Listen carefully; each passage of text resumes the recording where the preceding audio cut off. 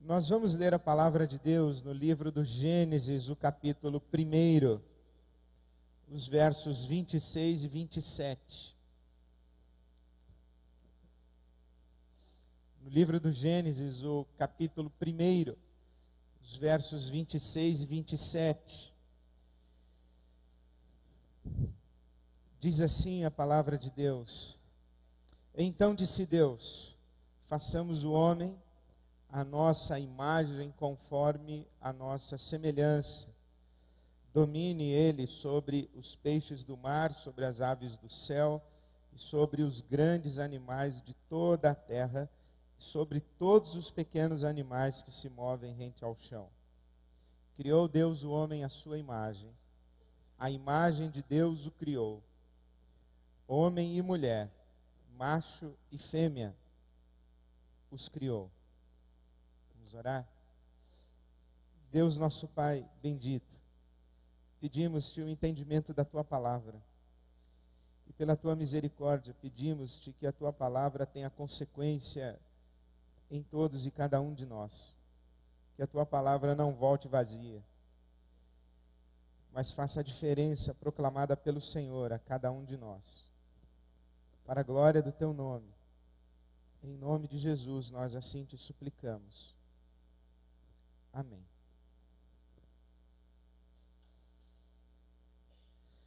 Todas as pessoas nascem livres e iguais em dignidade e direitos. São dotadas de razão e consciência e devem agir em relação umas às outras com espírito de fraternidade. Todas as pessoas nascem livres e iguais em dignidade e direitos.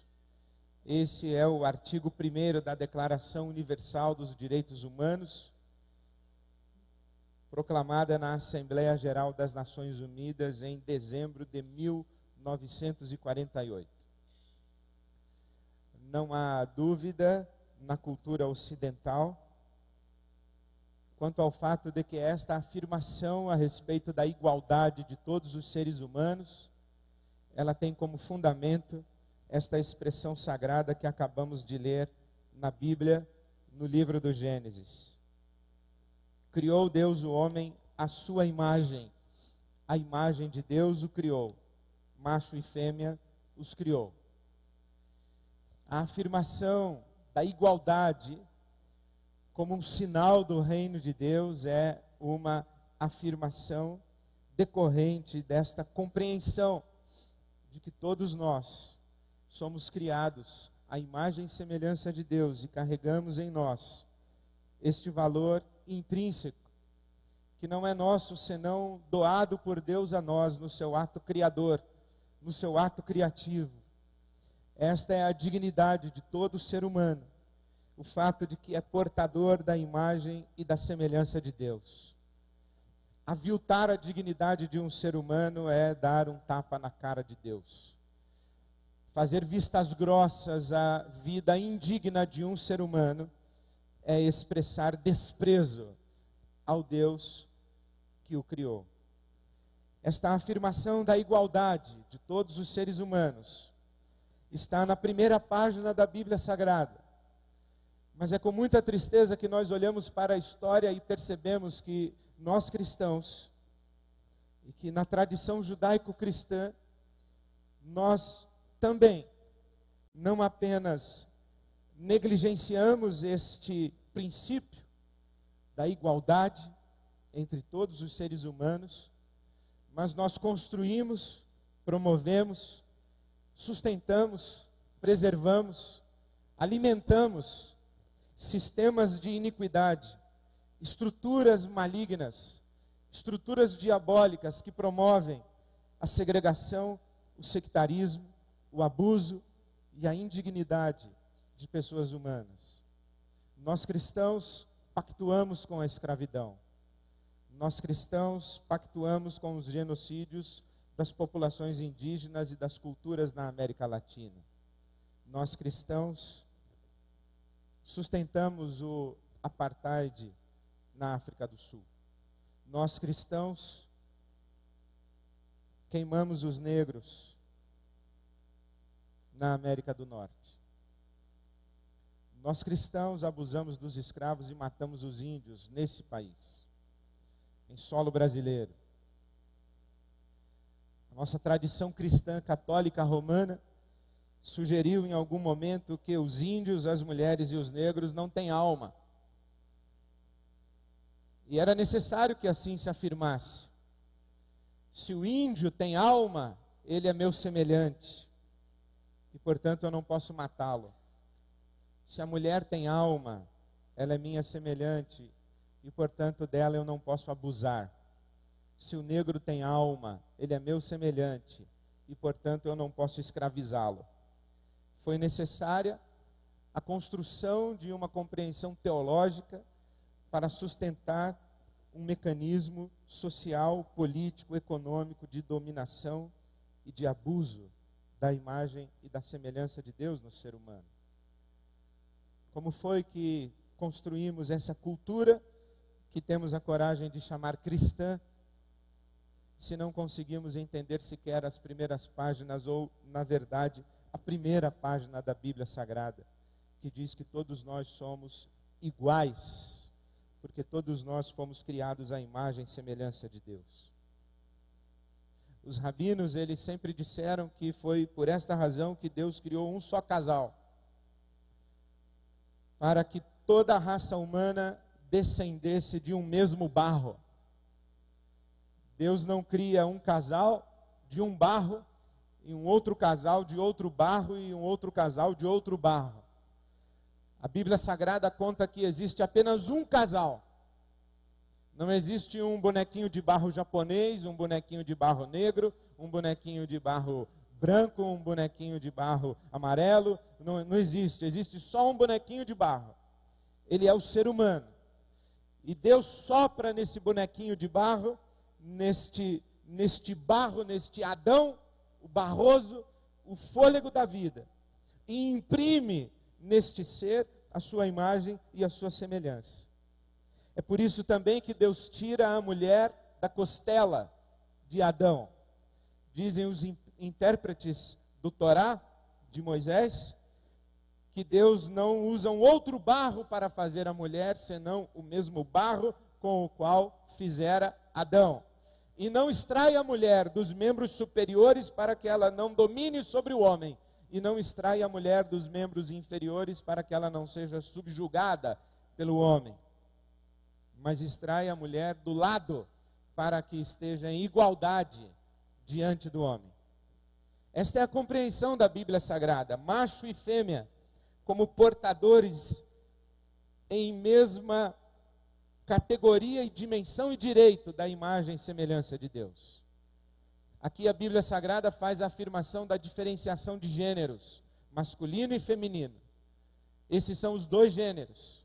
O que a Bíblia Sagrada diz é que há apenas dois gêneros, tem homem e tem mulher, tem masculino e feminino. E a Bíblia Sagrada deixa claro que há homens que se comportam como mulheres, e há mulheres que se comportam como homens. Mas gênero humano são apenas dois, gêneros, masculino e feminino. E estes dois gêneros estão em relação de diversidade, macho e fêmea. Mas estão em relação de complementaridade, porque a imagem de Deus não está apenas no homem, nem apenas na mulher, está no homem e na mulher, no ser humano. E porque estão em relação de diversidade, complementaridade, estão necessariamente em relação de igualdade. Portanto, na primeira página da Bíblia Sagrada já há uma afirmação categórica a respeito da igualdade. E quando nós hoje falamos mais igualdade como sinal do reino de Deus, nós estamos na primeira página da Bíblia Sagrada. E na primeira página da Bíblia Sagrada já encontramos essa pedra de tropeço que condena a história da humanidade e particularmente a cultura ocidental.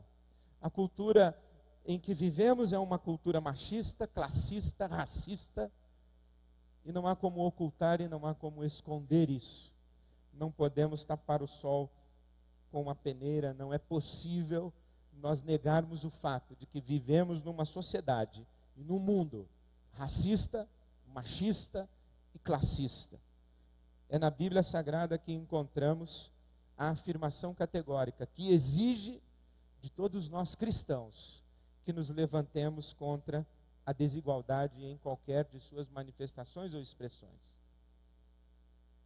É por esta afirmação de igualdade que a Bíblia Sagrada vai compreender a ação de misericórdia na direção de um outro ser humano, não como um ato de caridade, mas como um ato de justiça. A palavra que a Bíblia hebraica traduz como caridade é tzedaká. Justo é o sadik, é aquele que pratica tzedaká. Não é um ato de benemerência, não é filantropia, não é uma generosidade bondosa, não é uma expressão de virtude, é um reconhecimento do direito daquele que está diante de mim, e quando numa situação de desfavorecimento e de indignidade, eu reconheço que o direito deste ser humano que está diante de mim está sendo aviltado e sacrificado, então eu ajo em sua direção para restituir-lhe o direito, de modo que o meu ato não é um ato de caridade, é um ato de justiça, é a prática da tzedaká, ensinada na Bíblia Sagrada de ponta a ponta.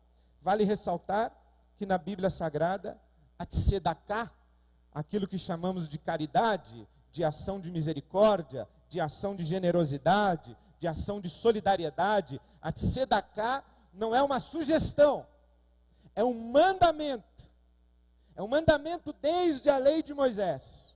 Justiça, justiça, busque a justiça, siga única e exclusivamente a justiça, e a justiça deve seguir você. Você segue a justiça e a justiça segue você. Deuteronômio capítulo 16.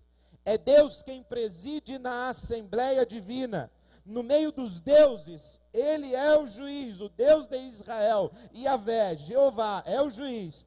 Até quando, pergunta esse Deus, vocês vão absolver os culpados e favorecer os ímpios? Garantam justiça para os fracos e para os órfãos. Mantenham os direitos dos necessitados. Livrem os fracos e os pobres, libertem-nos das mãos dos ímpios. Salmo 82. Lavem-se, limpem-se, removam suas más obras para longe da minha vista. Parem de fazer o mal, aprendam a fazer o bem. Busquem a justiça, acabem com toda sorte de opressão. Lutem pelos direitos do órfão, defendam a causa da viúva. Profeta Isaías. Eu odeio e desprezo as suas festas religiosas. Eu abomino os seus ajuntamentos dominicais. Não suporto as suas assembleias solenes, isso que vocês chamam de culto. Mesmo que vocês me tragam holocaustos e ofertas de cereal, isso não me agradará. Eu não aguento mais a música de vocês, eu não aguento mais o dízimo de vocês, eu não aguento mais as mãos levantadas de vocês. Afastem de mim o som das suas canções, a música das suas liras, tirem suas bandas de louvor do palco. Em vez disso, corra a retidão como um rio e a justiça como um ribeiro perene. Profeta Amós. Vocês se deitam em camas de marfim e se espreguiçam em seus sofás. Comem os melhores cordeiros e os novilhos mais gordos. Vocês bebem vinhos em grandes taças. E se ungem com os mais finos óleos, os mais caros perfumes, mas não se entristecem com a ruína do povo de Israel. Por isso vocês estarão entre os primeiros a ir para o exílio. Cessarão os banquetes dos que vivem no ócio. Profeta Amós. Se não vamos cantar canções, se não vamos nos ajuntar, se não vamos promover cultos, o que vamos fazer? Deus já mostrou a você, ó homem, ó mulher, o que é bom e o que Ele exige e espera de você. Pratique a justiça. Ame a fidelidade e ande humildemente com o seu Deus. Profeta Miqueias. O fruto da justiça será a paz. E o resultado da justiça será tranquilidade e confiança para sempre. Profeta Isaías.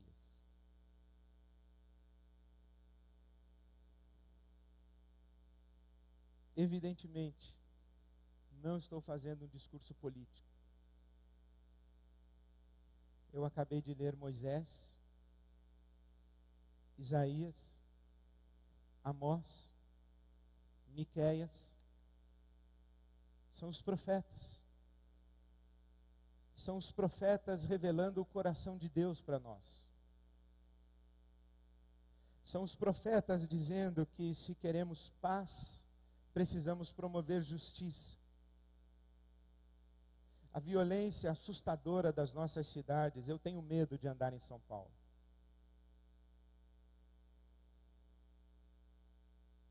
Eu tenho medo de andar em São Paulo. Eu tenho angústias no meu coração com os meus filhos na rua. A violência assustadora dessa cidade não é só uma questão de segurança pública. Nós não precisamos apenas de mais polícia. O que nós precisamos é de mais justiça.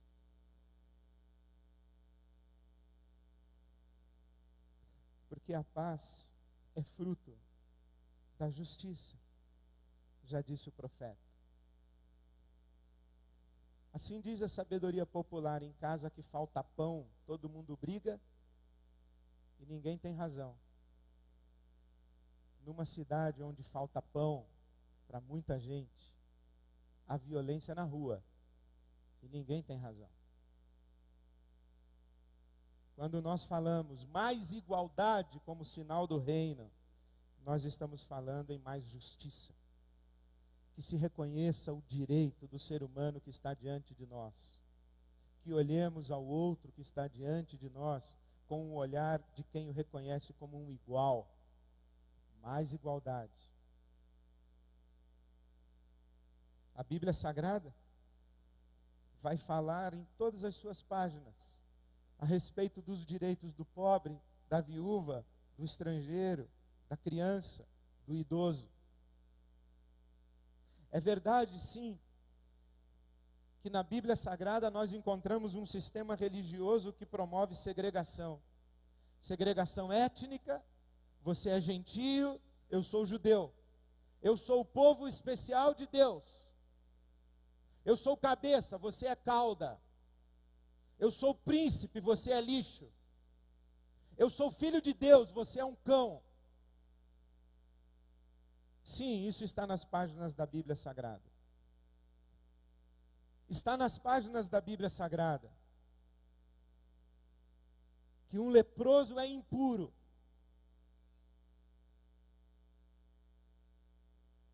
Que um cego de nascença é um amaldiçoado. Que um paraplégico é um maldito dos deuses. Está nas páginas da Bíblia Sagrada. Mas na primeira página da Bíblia Sagrada diz que todos nós fomos criados à imagem e semelhança de Deus. É impressionante como nós não conseguimos entender sequer a primeira página da Bíblia Sagrada. E se não entendemos a primeira página da Bíblia Sagrada, há que se perguntar quantas outras páginas da Bíblia Sagrada nós não entendemos. E a serviço das nossas conveniências, que sistemas de estruturas sociais nós fomos construindo, sistemas políticos, econômicos, religiosos, promovendo distinções, separações, e estabelecendo muros e cercas à nossa volta, deixando os imundos e sujos do lado de fora e os puros privilegiadíssimos do lado de dentro. Isso é abominação a Deus, é o que dizem os profetas. E de onde os profetas tiram isso? Da primeira página da Bíblia Sagrada. E hoje nós afirmamos mais igualdade. Olhar para o pobre. Olhar para o pobre. Quem zomba dos pobres mostra desprezo pelo Criador dos pobres. Registre-se, Deus não criou pobres, Deus criou seres humanos. Nós, seres humanos, criamos seres humanos ricos e seres humanos pobres, mas Deus criou seres humanos. E quem despreza o pobre, despreza o Criador. Provérbios 17. Aquele que oprime o pobre, com isso despreza o seu Criador. Mas quem ao necessitado trata com bondade, honra a Deus. Provérbios 14. E agora, uma notícia para você. Quem dá ao pobre, empresta a Deus. Você pensa que é ditado popular, mas não é. Provérbios capítulo 19. Quem dá ao pobre, empresta a Deus, e Deus o recompensará. Provérbios 19, 17. E quando você vai ao Novo Testamento, você encontra, primeiro, João Batista. João Batista dizendo assim: ei, vocês todos, o Messias está chegando. O Rei dos Reis está chegando, o reino de Deus está chegando. Arrependam-se, convertam-se e mostrem frutos dignos de arrependimento. Então os homens circunstantes de João Batista dizem o seguinte: quais são os frutos dignos de arrependimento? Como é que nós mostramos que nós nos arrependemos e abraçamos o Messias e abraçamos o reino de Deus? Como é que nós mostramos isso? João Batista responde: vocês que são comerciantes, não cobrem nada além do que é justo. Preço justo, mercado ético. Vocês que têm autoridade, não pratiquem a extorsão. Vocês que têm autoridade, não sejam corruptos, e vocês que precisam da autoridade, não corrompam a autoridade. É assim que nós demonstramos que abraçamos o reino de Deus. João Batista não diz assim: reúnam-se de domingo e cantem músicas para Deus. O que ele diz é: desenvolvam um comércio justo, desenvolvam o poder de maneira justa, coloquem o poder a serviço das gentes. É por isso que Jesus, quando está diante de um jovem rico, e ele diz, o jovem rico: o que eu devo fazer para herdar a vida eterna? Jesus diz: abandone o seu Deus e entregue a sua vida a Yahvé, o meu Pai. E aí o jovem diz: mas eu já tenho como Deus Yahvé. E Jesus diz: então vende tudo que você tem, dá aos pobres e venha me seguir. E aquele jovem sai de cabeça baixa e demonstra que o seu Deus na verdade era outro. É por isso que Jesus está diante do rico e de Lázaro. E o rico vai para o Hades, vai queimar no fogo do inferno. E o pobre vai para o céu, para o seio de Abraão. Se você ler a Bíblia de maneira displicente, você vai chegar à conclusão de que todo mundo que é rico vai para o inferno e todo mundo que é pobre vai para o céu. E que basta ser pobre para ir para o céu. Não é verdade. Tem muito pobre indo para o inferno e muito rico indo para o céu. Tem muito rico indo para o inferno e muito pobre indo para o céu. Então, mas por quê? Porque a palavra de Jesus e a parábola de Jesus não é sobre quem vai para o céu e quem não vai. É uma palavra sobre como é que nós lidamos com as riquezas. E a nossa incapacidade, nós os que somos privilegiados de olharmos para os outros, que aos nossos olhos são menos favorecidos, como nossos iguais. Por isso é que o rico que está lá no inferno, ele diz assim a Abraão: mande que esse pobre aí, molhe a sua mão na água e venha trazer água para os meus lábios. Venha matar a minha sede. O sujeito está no inferno e não consegue enxergar o outro como um igual, ele ainda é o pobre. Talvez seja esse o inferno, nós não conseguirmos enxergar os outros como nossos iguais. Nós nos enxergarmos como dignos de todos os direitos. Por isso que Jesus ensina a parábola do bom samaritano. e que diz, olhe, o ser humano tem valor absoluto, não importa se ele é imundo, se ele é gentio, se ele está caído à beira do caminho, se ele está sangrando, se ele é assaltante, se ele é bandido. Há um ser humano caído à beira do caminho, então vá lá e ame como se você estivesse amando a você mesmo. Cuide dele como se fosse você caído à beira do caminho. Esse é o caminho da vida eterna. É por isso que quando Jesus entra na casa de Zaqueu, e Zaqueu diz assim, todo o dinheiro sujo que está no meu bolso, eu vou devolver a quem dê direito. E metade dos meus bens eu vou distribuir aos pobres. Esse é um fato muito interessante que os pastores não pregam. Não pregam. Ai, meu Deus, agora eu vou ter que pregar. Na Bíblia Sagrada, os ricos que se convertem ficam mais pobres, eles não ficam mais ricos necessariamente. Porque eles precisam ressignificar a sua riqueza, ressignificar a origem da sua riqueza, e ressignificar os destinos da sua riqueza, e ressignificar os processos de conquistas de suas riquezas. E aí eles percebem que eles fizeram parte de um sistema iníquo, e então ressignificam tudo. E Jesus diz assim, agora sim entrou salvação nessa casa. Nós hoje, evangélicos, dizemos que se você se converter, você vai ficar mais rico. A gente consegue. Por isso que Tiago diz o seguinte, que a religião pura e imaculada para com Deus, o Pai, é esta: visitar os órfãos e as viúvas nas suas tribulações e guardar-se da corrupção do mundo.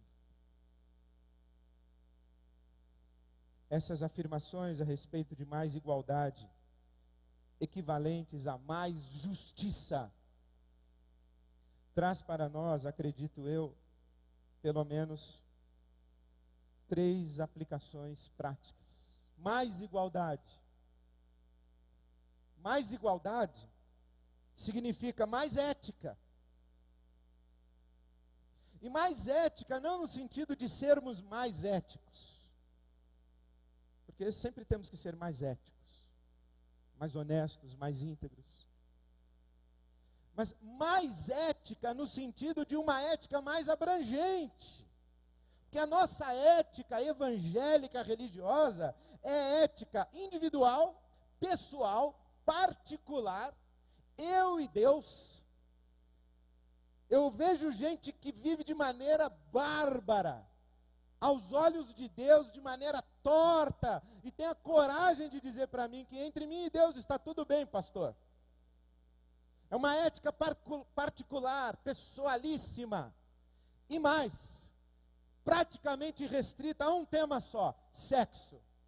E do sexo ainda praticamente restrita a mais um tema: gay. Falou em gay, a igreja evangélica se arrepia. Quer um exemplo? A marcha que nós evangélicos fizemos contra a PL 122, que debate a questão dos direitos dos homossexuais, reuniu 25 mil pessoas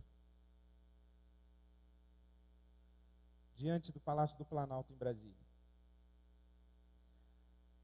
A marcha que o Movimento Rio de Paz promoveu contra a corrupção na praia de Copacabana reuniu menos de 2 mil pessoas.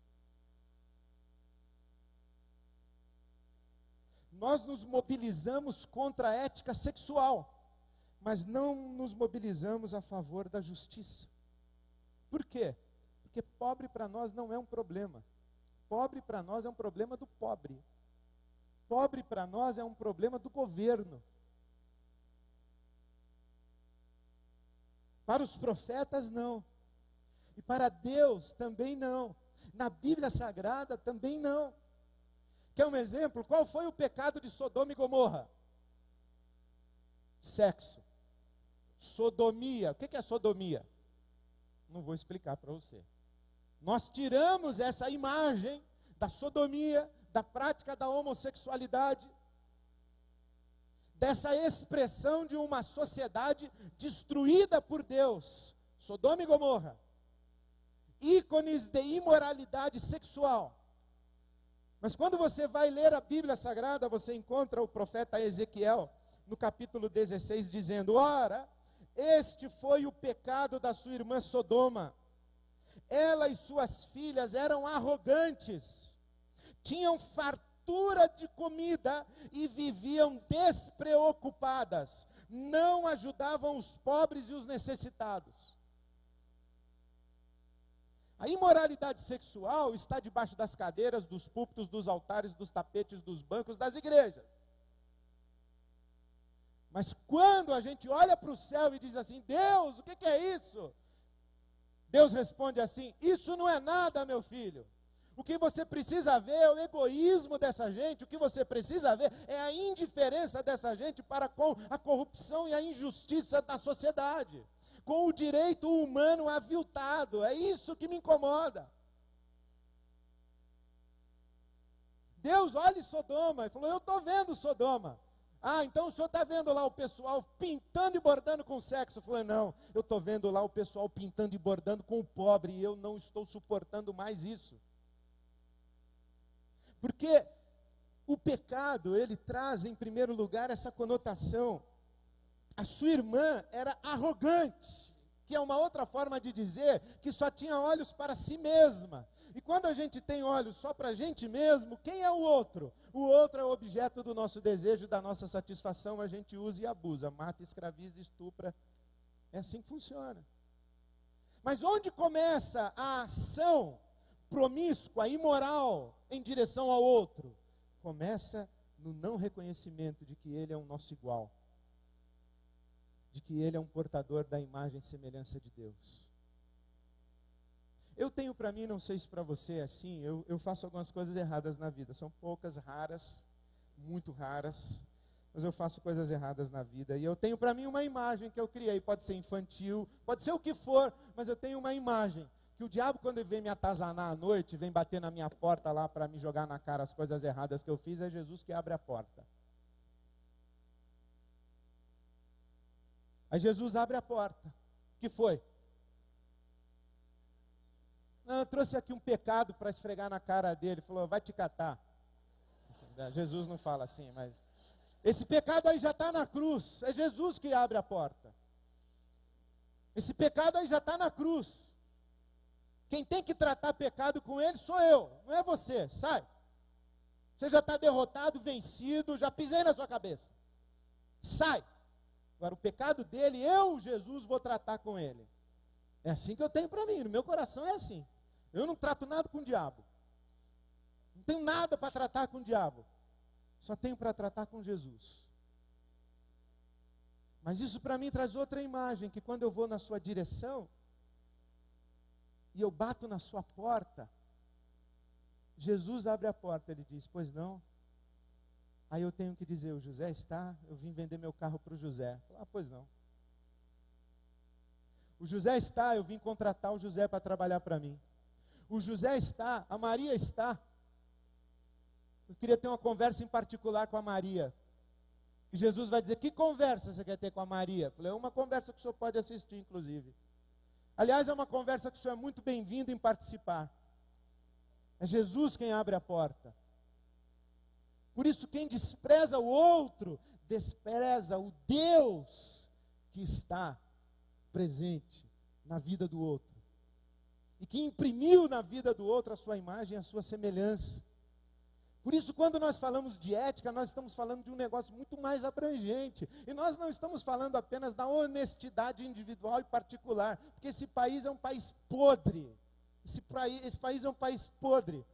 Não tem um sujeito que pode negociar com o nosso governo sem contribuir com reserva técnica. Não tem um sujeito que pode negociar com esse governo sem ter que pagar um pedágio. Esse país é um país podre. É sistêmica a corrupção, a injustiça nesse país. Então não é apenas a gente falar assim que nós estamos querendo ser crentes mais honestos. Não, nós queremos uma sociedade mais justa. Nós queremos os nossos direitos reconhecidos como cidadãos. E nós queremos também levantar a nossa voz para cooperarmos para que esses direitos sejam possíveis e estendidos a todos. Por isso, em segundo lugar, quando falamos assim, mais sinal do reino, e quando falamos mais igualdade, mais justiça, em segundo lugar, nós estamos falando que mais quer dizer, vamos fazer mais. Se estamos doando 500 mil, no ano que vem, quem sabe, podemos doar 1 milhão. Se estamos cuidando de 1.000 pessoas, quem sabe, no ano que vem, podemos cuidar de 10 mil pessoas. É mais, vamos fazer mais. Mas vamos fazer mais com mais qualidade, com mais excelência, com mais competência, com mais dedicação, com mais esmero, com mais valor. Mais, isso é sinal do reino. Mas quer dizer uma outra coisa também, vamos fazer mais fundo. Vamos meter a mão na lama, não vamos fazer apenas uma campanha glamourosa, e não vamos apenas usar uma camisa que se parece com grife, e que a gente gosta inclusive de passear no shopping com a camisa da campanha. Não, nós vamos fazer uma campanha e vamos nos meter no meio da podridão da nossa sociedade. Não é entregar cesta básica e fazer festa de Natal para o pessoal da creche. Não é apenas ir lá como voluntário de terça-feira à tarde, ser dentista no projeto social. Não é apenas dedicar um trabalho pro bono como advogado para a ONG. Isso tudo sim. Não vamos desmerecer nada do que estamos fazendo, mas vamos fazer mais. Mais. Quer um sintoma de como nós precisamos refletir e colocar o coração diante de Deus para fazer mais, e que essa campanha, mais sinal do reino, tem valor e significado, tem sentido, tem relevância, tem pertinácia, tem pertinência para o nosso momento, é que eu tenho certeza que muita gente pensa assim: eu não vim na igreja para ouvir isso. Eu preciso de uma palavra de encorajamento, eu preciso de uma palavra profética. Eu preciso de recarregar minha energia espiritual para enfrentar a próxima semana. O pastor vem falar e coisa, parece o Jornal Nacional, isso aí, discurso do PT. Fizemos o nosso Fórum Cristão de Profissionais sobre realengo, violência urbana. Aí perguntaram para mim, mas o que isso tem a ver com a igreja? O que tem a ver com a igreja? Tem tudo a ver com a igreja. Porque o nosso problema é esse, nós não temos apenas que pensar o que tem a ver com a igreja, nós não existimos para pensar o que tem a ver com a igreja, nós existimos para olhar para o mundo que Deus criou, por quem Jesus morreu, se deu, olhar para esse mundo e falar assim: o que é que isso aí tem a ver comigo? Tem tudo a ver. E o que é que eu posso fazer por essa realidade caótica, mesquinha, nojenta, injusta, aviltante à imagem e semelhança de Deus no ser humano e aviltante ao próprio Deus, para que não ocorra conosco o que o autor da carta aos Romanos, o apóstolo Paulo, disse que seria possível acontecer. Portanto, a ira de Deus é revelada do céu. A ira, isso é Romanos, hein? Não é Velho Testamento, não é Yahvé, não é o Deus lá furioso do Velho Testamento, não. É Novo Testamento. A ira de Deus é revelada do céu contra toda impiedade e injustiça dos homens que suprimem a verdade pela injustiça, pois o que de Deus se pode conhecer é manifesto entre eles, porque Deus lhes manifestou. Para que a ira de Deus não se desperte contra nós. Então vamos fazer mais. E quando dizemos mais igualdade, mais justiça, eu quero sugerir que nós estamos dizendo mais horizontalidade na nossa espiritualidade. Nós temos uma espiritualidade muito vertical, pessoal. Alienante, mágica, metafísica. Nós discutimos onipotência, onisciência, onipresença de Deus. Eu coloco um texto no meu blog e vem um gaiato falar que Deus é soberano, Deus é soberano. Eu sei que Deus é soberano, mas não estou preocupado com isso. Fica discutindo soberania de Deus. Todo debate que eu vou que abre para público, ontem aconteceu isso, perguntaram para mim sobre teísmo aberto. Você sabe o que é teísmo aberto? Se não sabe, não precisa saber, é uma bobagem, não esquece. Mas é debate, o pessoal quer saber teísmo aberto. Os profetas, se estivessem presentes no debate, iam dizer: para com isso, pergunta sobre o órfão, a viúva, o estrangeiro, o pobre, a criança, o velho. o doente na fila do SUS, o camarada que está na fila do transplante, pergunta sobre eles. Os profetas estão preocupados com isso. Veja que interessante, nós queremos palavra profética, nós queremos arrebatamento espiritual, ficar arrepiado no louvor, nós queremos a bênção. E Deus está dizendo, para de cantar, pessoal, pratique a justiça. Venda seu carro direito amanhã que você vai experimentar o gozo do Espírito Santo. Faz um negócio honesto, cidadão, pelo menos um do teu negócio. Faz um honesto, que você vai experimentar uma alegria do Espírito Santo. Isso é profecia para a sua vida, viu? Faz um negócio honesto para você ver. Faz um negócio honesto, cuida de uma pessoa, registra bem seu funcionário, paga bem o seu funcionário. Trate-o com dignidade, vai dar o panetone para ele no Natal para posar de bom moço. Cuida dele, ele tem serviço dentário à disposição dele, tem plano de saúde, está registrado, está bem cuidado, filho dele está na escola, tem programa de livrar esse seu funcionário do alcoolismo, da mão do agiota. É isso aí, vai lá e faz isso, não vem cantar aqui domingo. Mais horizontalidade. Mais horizontalidade. É o que Deus está falando pelos profetas. Veja o que disse Stuart Edgar Angel Jones. Stuart Angel, filho de Zuleika Angel Jones e Norman Angel Jones. Dessa você já deve ter ouvido falar. Zuzu Angel. Stuart foi filho de Zuzu Angel, que foi brutalmente assassinado. Ele foi assassinado da seguinte maneira: depois de ser torturado à exaustão e já quase sem vida, ele foi amarrado a um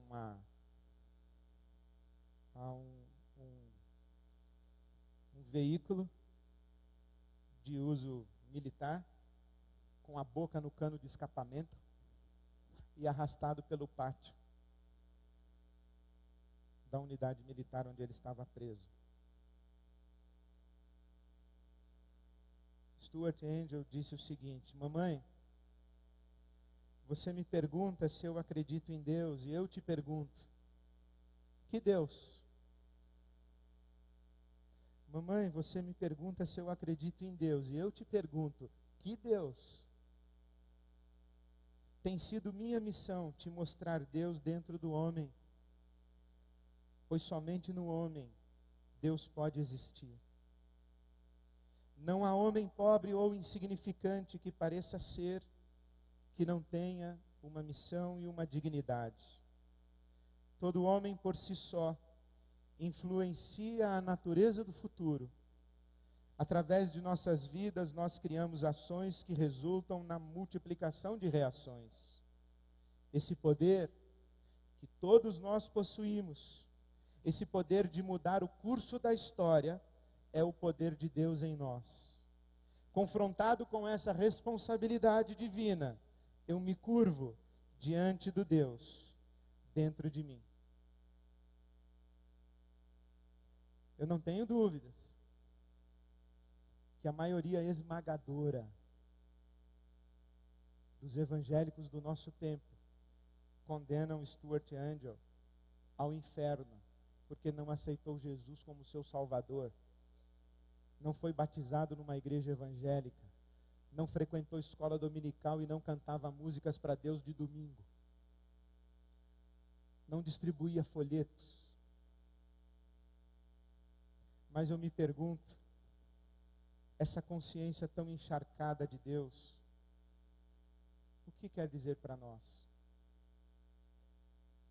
E eu confesso a você, não confesso nada, já falei o que eu tinha para falar. Mais ética, mais mão na lama. Chegou um tempo de nós fazermos mais e sermos sinal mais concreto do reino de Deus como comunidade. Eu não faço a menor ideia de como será a nossa campanha do ano que vem. E que desafios Deus há de trazer para nós no ano que vem, que engajamentos, que lutas, que compromissos de justiça nós vamos assumir como comunidade e cada um de nós como filhos de Deus. Mais ética, mais profundidade na nossa ação, mais horizontalidade na nossa espiritualidade. Termino lendo duas falas de dois teólogos latino-americanos. Juan Luís II diz: aqui está outra forma daquele "é bom que eu vá", que Jesus disse. Eu vou e o Espírito Santo será derramado. O que Jesus quis dizer? Ele quis dizer que é por minha ressurreição, disse Jesus, que eu envio do meu Espírito. E Jesus então está substituindo o anúncio pela realidade. É como se ele estivesse dizendo a nós: a partir de agora, nunca mais como antes acalmarei a tempestade, mas o meu Espírito a acalmará. Quando vós, tecnicamente, tiverdes construído navios capazes de suportar as ondas, nunca mais vos tornarei a alimentar a multidão no deserto, mas o farei quando o meu Espírito Criador os tiver levado a melhorar os solos e a distribuir suas riquezas. E se nestas tarefas de amor sofreis, eu não posso evitá-lo, porque já não estou entre vós, mas em vós, como fonte desse amor, dessa criatividade e dessa pertinácia que vos leva a vos amardes mais solidária e eficazmente. Mais ainda, sou eu em cada um de vós. Eu sofro por causa do mar tempestuoso, do solo árido, da miséria e da alienação, exatamente como vós. Não vos embarquei numa aventura sem saber se o porto valerá a travessia. A única garantia, a grande garantia que posso dar-vos é o ter me embarcado definitivamente convosco. Jesus não está mais lá, está em nós. E não está entre nós, está em nós. Mais horizontalidade na nossa espiritualidade. A ação de Deus é transcendente, no sentido de que só se torna visível e efetiva através da ação do imanente. Dessa forma, Deus não faz coisa alguma ao nosso lado para nos completar ou em nosso lugar, suprimindo-nos, mas faz com que nós façamos, pois sustenta o nosso ser e o nosso agir. No plano da realidade, a ação parte da criatura, possibilitada pelo plano espiritual do Criador. Assim, quanto mais Deus faz, mais nós fazemos. Quanto mais nós fazemos, Deus está fazendo em nós e através de nós. Mas onde a criatura falha, entre aspas, Deus falha, porque desde que nos criou, decidiu livremente nada fazer sem o nosso acolhimento e a nossa colaboração. Paulo Roberto Gomes, brasileiro, teólogo católico. É isso que quer dizer Deus nos criou a sua imagem e semelhança. Deus sempre desejou morar em nós, habitar em nós, viver em nós. Deus sempre quis estar em nós, Cristo em nós, para nós agirmos no mundo, reconhecendo Cristo neles, que também são nós. Mais igualdade, mais justiça, mais ética, mais profundidade, mais horizontalidade na nossa espiritualidade, mais responsabilidade nossa. Você crê em Deus? Eu pergunto, em que Deus você crê? O Deus que está lá no alto e sublime trono? Eu digo, cada dia mais eu me converto a esse Deus que habita em mim. O Cristo vivo e ressurreto que habita em mim pelo seu Espírito Santo. E reconheço que também habita em você, porque o Espírito Santo de Deus foi derramado sobre toda a carne. E quando nós afirmamos mais igualdade, não é de outra coisa que nós estamos falando, senão isso que acabei de lhes dizer. Que Deus nos abençoe. Amém.